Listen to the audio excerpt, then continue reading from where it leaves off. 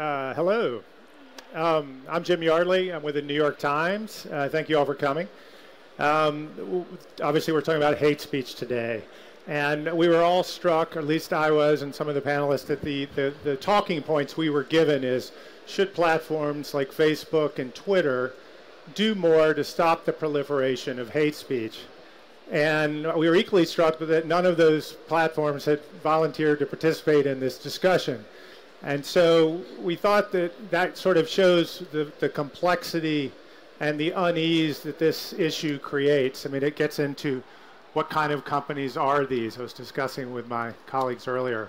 So I want to just sort of get our panel talking. And first of all, what kind of companies are these? What is Facebook exactly? Is it a media company? Is it a utility? What should it do? Well, first I just wanted to say that I'm losing my voice, so I apologize if it becomes increasingly difficult to understand what I'm trying to say. But you know, these are companies that essentially began as social media companies that connected us, allowed us to communicate with one another in an easier way, allowed us to communicate with people in other countries in an easier way. And also it led to some positive things like the democratization of information. So you would have traditional media companies selecting certain stories and covering them in a certain way that maybe individuals felt didn't give you the full picture or comprehensive look of what's going on. And now all of a sudden you have these social media platforms that allow you to see different varying perspectives. But as with all things related to technology, while it may begin with good intentions, there's a lot of room for abuse. And I think we're seeing a lot of that now with some of these tech giants, including Facebook and Twitter. Renata? Well, I would say I have a slightly different view. For many, especially many in the developing world, those social media companies are the single point of access for information.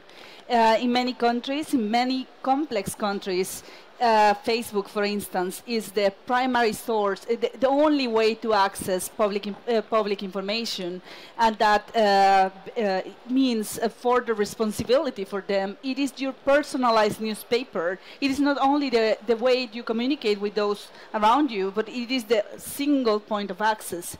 And that makes the situation more complicated because in the developed world, you have variety of sources. In those contexts, when the social media company is the primary publisher, the primary distributor of information of public interest, I think that the role changes and responsibilities change as well. And furthermore, I would say that these companies are not only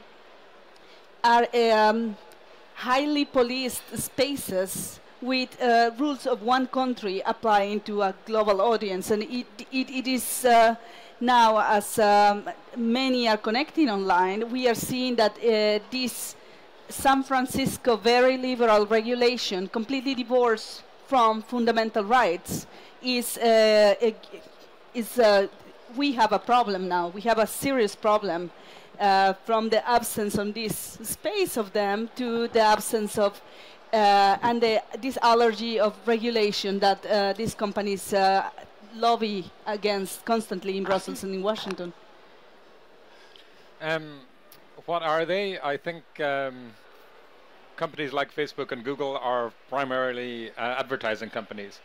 They advertise based on the bubble that they can place us in. And the neater the bubble and the more they can keep us looking at the content, the more precise that they can become. Which leads to a risk of isolating people in particular bubbles, reinforcing views that are not necessarily mainstream views or acceptable views, and oversimplified political responses. Facebook should do something. Google should do something. Somebody, damn it, somebody should do something. But what is it exactly that they should do? One thing they could do is regulate themselves, self-regulate, reduce the pressure on filter bubbles, reduce the categorization of people, to allow them to have more diversity. And the other thing they can do is to regulate us, which, funny enough, people also call self-regulation. But I am not Facebook, and if Facebook is self-regulating, they're not regulating me. Joe, when you say regulate more diversity of opinion. So it's Facebook's responsibility to give you views that the algorithm says may be opposite of what your political views are? I think you should avoid. They should avoid pushing people into a particular filter bubble.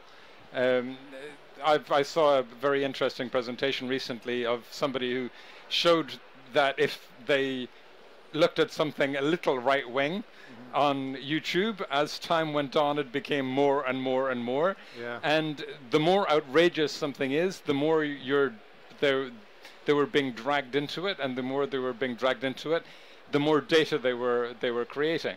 I'm not saying there's an easy answer to that, but what I am saying is that we need to define our problem before we can find solutions.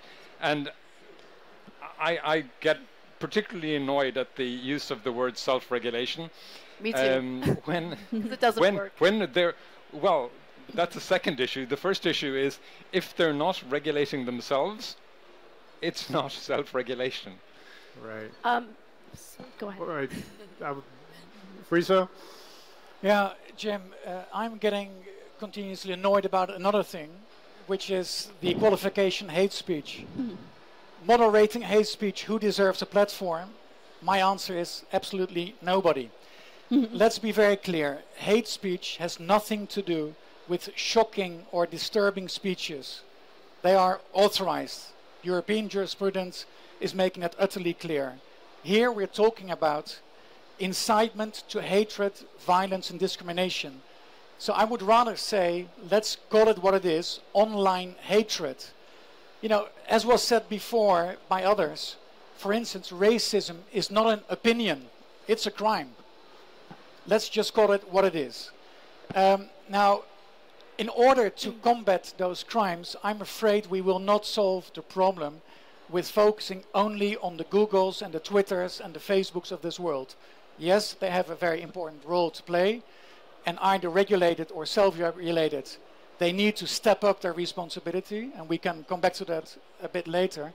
But let's not forget that all of us have a responsibility. All of us as parents, for instance, here, we need to ensure that our children understand what it takes to have a civilized, democratic conversation, rather than just to join the army who, you know, shoots off that garbage which we see everywhere and which is impacting, please don't underestimate this, not only gays or women, but even people with disabilities nowadays, or elderly people.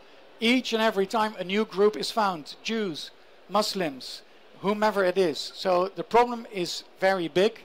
It's an attack on human dignity, so let's call it what it is. Anna, you wanted to say something about self-regulation. I have a lot of thoughts on these issues, but I'll start on the whole crux of this conversation, which is what do we need to do to regulate hate speech? First off, the number one problem is we're talking about U.S.-based companies that abide by the U.S. Constitution. And so our Constitution, based on the First Amendment, does not outlaw racist speech. It does not outlaw hate speech. It does outlaw incitement of violence. But that is a very difficult thing to prove. It has to be very clear. You have to say, I am directing you individuals to go after this other individual and hurt them in XYZ way, right? And so hate speech is protected, and these are U.S. companies. And I know that our freedom of speech laws or constitutional rights are very different from the way Europe approaches these issues. But at the same time, it's important to remember that self-regulation for major corporations does not work. It's like asking oil companies to self-regulate and lower carbon emissions without government regulation. They're never going to do it because at the end of the day, it's all about profit. And Facebook creates these ideological bubbles so they can target advertisements toward specific individuals who are more likely to buy these products. Now, I agree this is a problem because it's leading to extreme ideologies, and it's leading to more division, and it's leading to the kind of problems that we're currently experiencing in the United States. But it is a balancing act between our constitutional rights and some of the negative ramifications of the type of speech that we're experiencing right now. And one more thing. Banning hate speech or banning racist speech does not make that ideology go away. No. That ideology will continue to exist. And brushing it under a rug doesn't solve it. Renata, you're Yes, I am dying dying to respond. Actually, every time that I hear a person from the US arguing the Constitution, one must not forget these platforms operate globally. And there's a public international law and public laws nationally that apply to these companies. The excuse of the First Amendment, the excuse of this relaxed regulation on these companies shouldn't be used here. Actually, even the U.S. is part of the genocide, the Convention to Prevent the Crime of Genocide, and that goes to the core of hate speech, incitement to commit genocide, incitement to commit acts of violence that put people in danger are in that convention, and the U.S. companies and the U.S. as a country has to respect that and do something about it. Concrete example, the Rohingya, the Muslim Rohingya now in Myanmar, many of them didn't have internet until recently. Many of them connected for the first time to the internet using Facebook. And guess what? The leader inciting crimes against Rohingya, saying that they are dangerous, that they are bad leaders, that they are bad people, he was using Facebook precisely to maximize his message and to marginalize people. Facebook also reacted really badly, banning some speech from the activists denouncing the genocide against Rohingya people. The thing is, when you have I think that responsibility is proportional to power. If these companies grew too powerful and are like basically more powerful than entire countries. And I would say that just to finish the thought is the responsibility to act as a global company shouldn't be divorced from local context and the damages that your company can do locally. In this case, I mean incitement to kill and to exile an entire ethnic group. So what it's real and serious. What could have been done differently in the Rohingya situation? I mean, applying the laws and understanding which laws? International, this convention, for instance, and understanding the local context where you are operating. If technology companies only rely on automatized methods to regulate what's going on inside their platforms and maximum profit of the data of any citizen regardless, you see the results. I think that they have been negligent, and it is not a single case, it's just an example of many other cases where their business model actually causes direct harm to people. Joe Friso, from a European perspective. I think one problem that we have is that we tend to react over and over again to cycles of news and seek to find a reassuring, quick answer. If you go onto archive.org and go to the oldest, literally the oldest copy of the New York Times you can find, the front page says, Europe counts on self-regulation of internet, 1996. 2017, it produced a communication saying more or less the same thing. But we appear not to have learned a lot in the intervening 21 years, if my maths serves me correctly. We need to think about defining problems. We need to think about accountability. We need to think about review mechanisms. We need to think about how problems can be, when the solution isn't working, we can adapt. And the problem that, if you look at the German hate speech law, for example, and others, the problem that we have from a government perspective is that you can push these companies with liability rules or whatever in a direction of restricting more and more speech, but they're private companies, so you can't pull them back. You can get them to do more easily. It's very easy to delete speech. Deleting the right amount of speech in the right way with the right effect, that's the challenge. And if you look at any area, whether it's child abuse material or hate speech, we're very bad at having review mechanisms. We're great at saying this will solve the problem. If only we had internet blocking, we could solve the problem. If only we had internet company liability, we'd solve this problem. But we need more durable evidence-based approaches. There's not a silver bullet. It's complicated. Yes, you can, as I was telling you before, Homer Simpson won an election with the slogan, "Why can't someone else do it?" It'll win you an election, but it won't win you the battle against the content you're fighting. Friso? Not a silver bullet, but a whole collection, maybe, of different bullets. The issue is complex, we all agree. The fine line between freedom of expression and online hatred, attacking the rights of people's own dignity. It requires, Joe's right, not a single, straightforward response, but a comprehensive one, if not to use the fashionable word holistic. So if you allow me just to depict that as briefly as I can, I think it needs to consist of 6 different elements. And I'm ending with the one which I think is the most important one, which is education. But let me end there. So firstly, it really needs to be understanding. So we need to understand indeed the difference between freedom of expression and when we cross that border. We need to understand why people are expressing certain opinions in a certain manner. This requires both sociological and legal research. My organization, the Agency for Fundamental Rights, is doing that type of research, and others are doing as well. Secondly, monitoring is very important. Now, we have a quite promising practice now, this agreement between the European Commission and internet providers, which is to spot and take off illegal content. It's maybe not going as quickly as we can see it, but it's a promising practice. We need to monitor this. And not only do Google and Twitter, etc., need to do it, but others who moderate or who allow a platform for online communication as well, including respected media such as the New York Times. So I assume you have moderators as well who take off instantly illegal content. Thirdly, reporting, recording.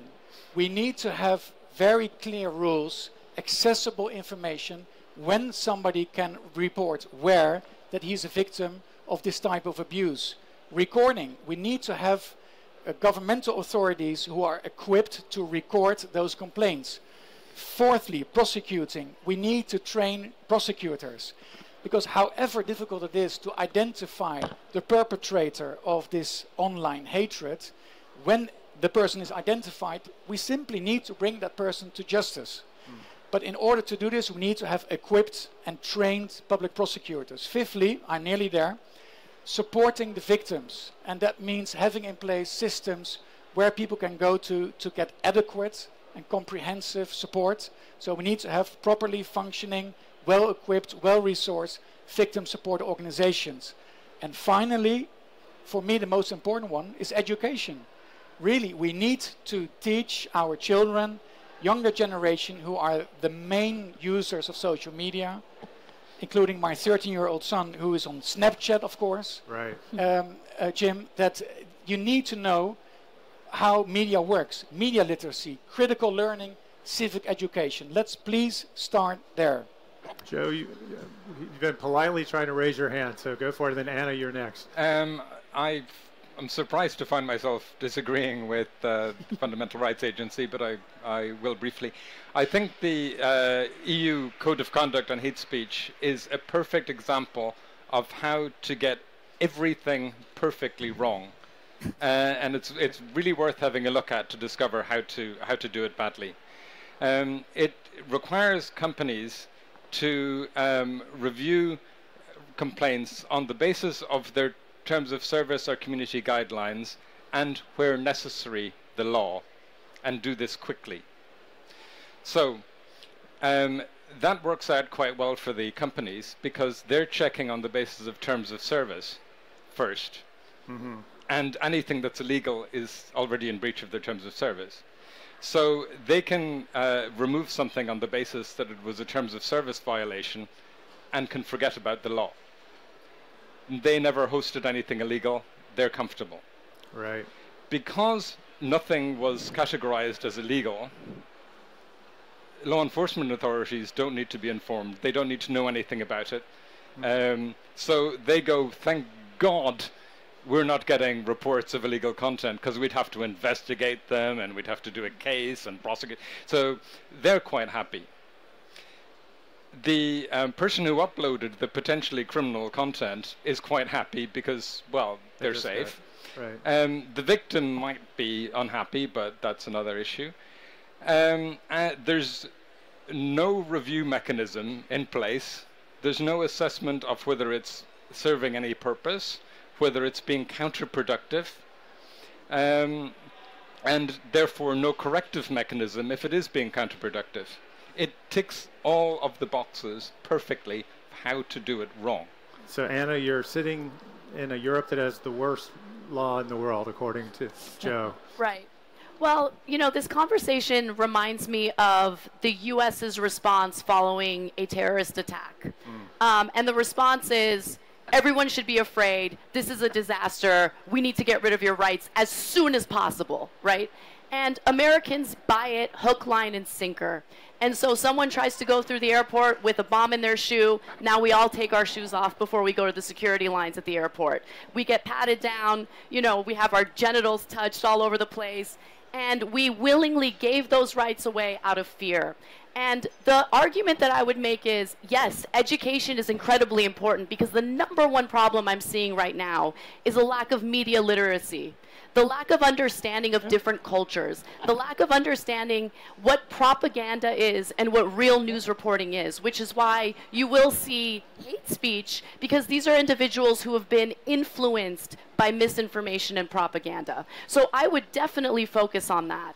But I think the issue of who are the arbiters of hate speech, because if in the United States we allow the government to be the arbiter of hate speech, Trump would be throwing people in prison for kneeling during NFL games. And that worries me. That opens the floodgates for real abuse by elected officials who might not be good actors.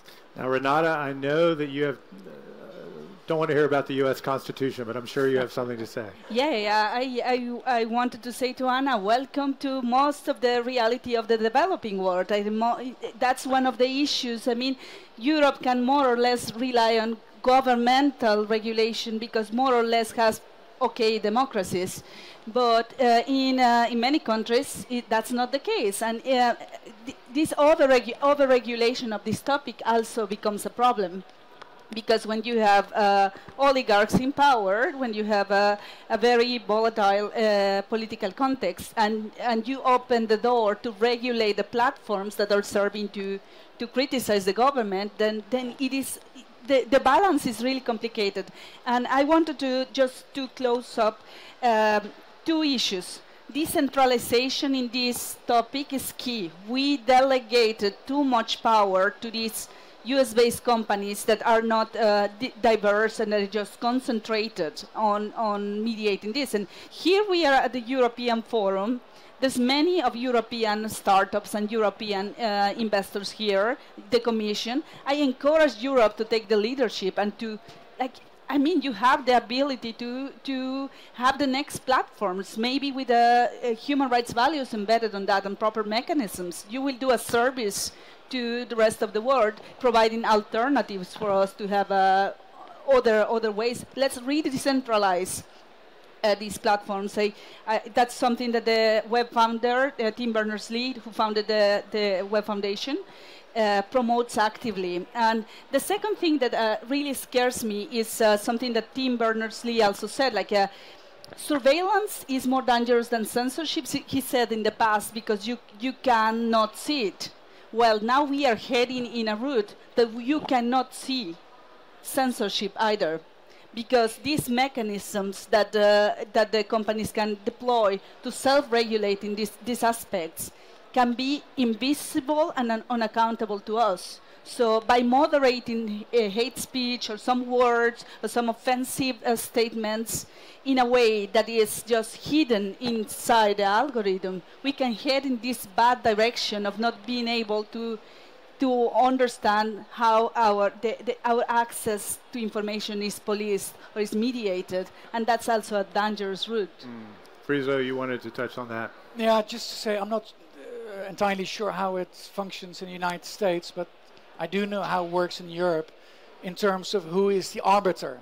You said the government cannot be the arbiter, and absolutely that cannot be the place. Unfortunately, we have European Court of Human Rights based in Strasbourg, who has developed over the last decades extremely sophisticated jurisprudence, I think making relatively clear the distinction between what is permitted and what isn't. And very shocking, disturbing speech has been permitted. And of course, our democratic society should be robust enough to allow for this. So they have accepted a lot of very offensive language, but it was part of a very sharply held political debate. But they have also indicated cases where that frontier was crossed, where it was clear that it was ultimately inciting to hatred, violence, or discrimination. The second point I wanted to make is just to pick on also on what Anna said. This need for starting on the basis. Really, it is time maybe that all of us rediscover again what it means being a citizen in a democratic society. Sometimes in Europe, the emphasis is far too unilaterally focused on the newcomers, the refugees, the Muslims, the strangers with the beards. And we need to teach them our values, our European values. And I think we have forgotten ourselves what the European values are. We really need to again rediscover what the rights and responsibilities are, which are very clearly described in the Charter of Fundamental Rights, in the European Convention on Human Rights. And what I find very interesting is a very practical example of where the government of Sweden has started a project which is called an action plan to preserve the democratic conversation. I think that says it all.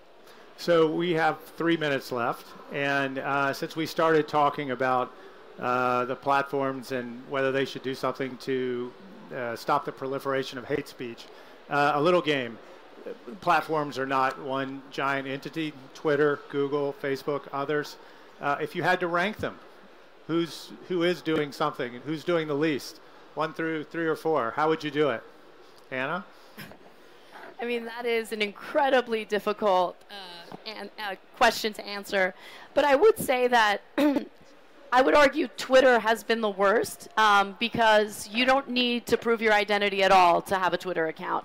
And you can have multiple Twitter accounts with various names, and you can use those accounts simultaneously to spread propaganda. Whereas with Facebook, while the situation is bad, you have to at least provide your identity in some form to have an account. It's a little more challenging to have bot accounts that spread propaganda and hate speech.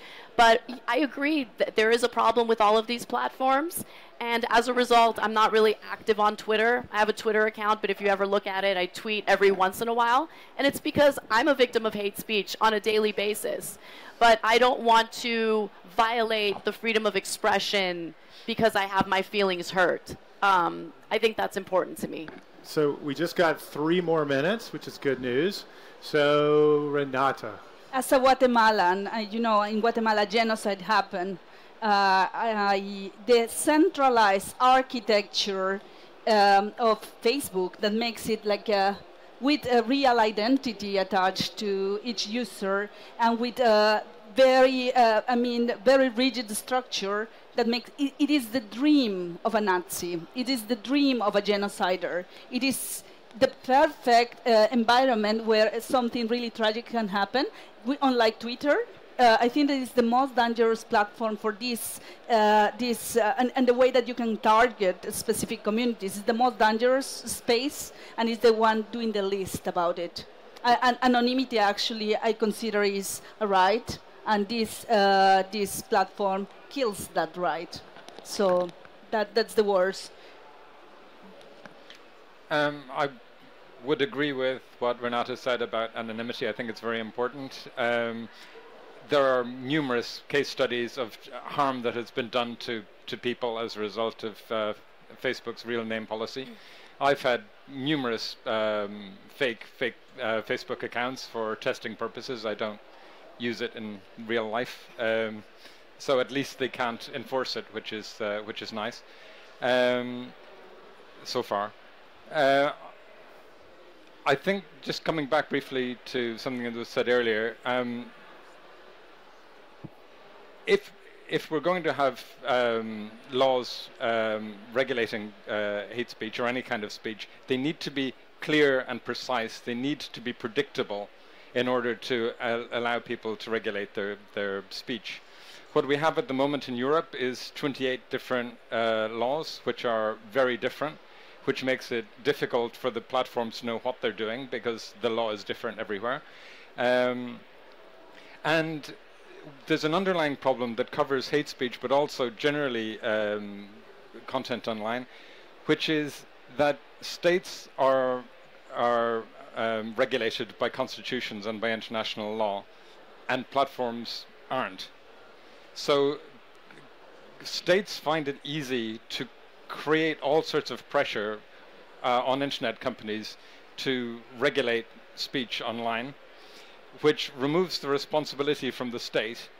The companies can then act in an arbitrary way, and we're left in an environment where the Article 19 of the ICCPR that says that restrictions on fundamental rights need to be provided for by law is actively circumvented by states that really should know better, and that includes the states in the European Union.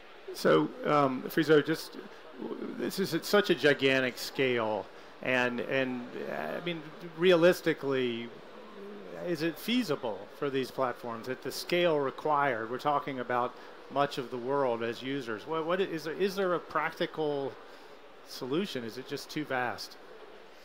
It is very fast, so I will not, certainly never provide them a carte blanche, but I understand the difficulties they face with understanding the impact of that little thing which they, one or two individuals created 10 years ago or whatever. So I think nobody has predicted this enormous impact, so everybody needs to get its acts together. I'm still disappointed by the lack of pace of Facebook being responsive to the concerns from organizations such as ones of Joe's or our organization. I find it amazing that one single individual, Max Schrems, a student who had no funds, had to fight against a whole army of Facebook lawyers to get his decent right to be forgotten. I think Twitter, I completely agree with Anna. I am on Twitter, but I don't like the carte blanche they give for people with very unclear profiles. That's really, they really have to address that. Google, like every one of us, I'm using every single day. I see a bit of progress there, but the pace needs to be really stepped up in order for us to start having some adequate results. Okay. Thank you all very much. Thank you. Thank you.